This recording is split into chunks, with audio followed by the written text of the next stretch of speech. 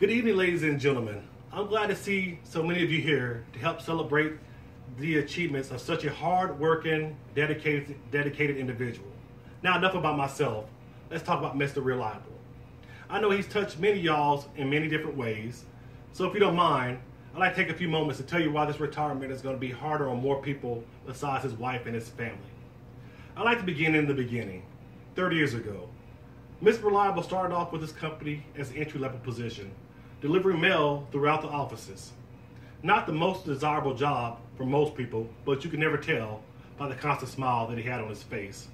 He took pride in such the smallest task, and that's where he earned his nickname. When you thought of Reliable, you thought about him. He hadn't took a sick day in 30 years. How many of y'all have took a sick day in the past week? That is a commitment that is invaluable to our company and to our co-workers. And most of his co-workers have benefited from being around his work ethic. When he walks in a room, his mere presence makes you work harder and strive for greatness. He brings the best out of most people. He's not known as a conversationalist, so a quick hi, how you doing, is the extent of most of his conversations, because he likes to keep his mind on his task and complete his job. And that made his co-workers have such a great and respectful for him.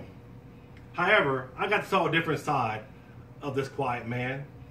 Our friendship started off as most. We chatted over lunch breaks, and through that we found that we had things in common.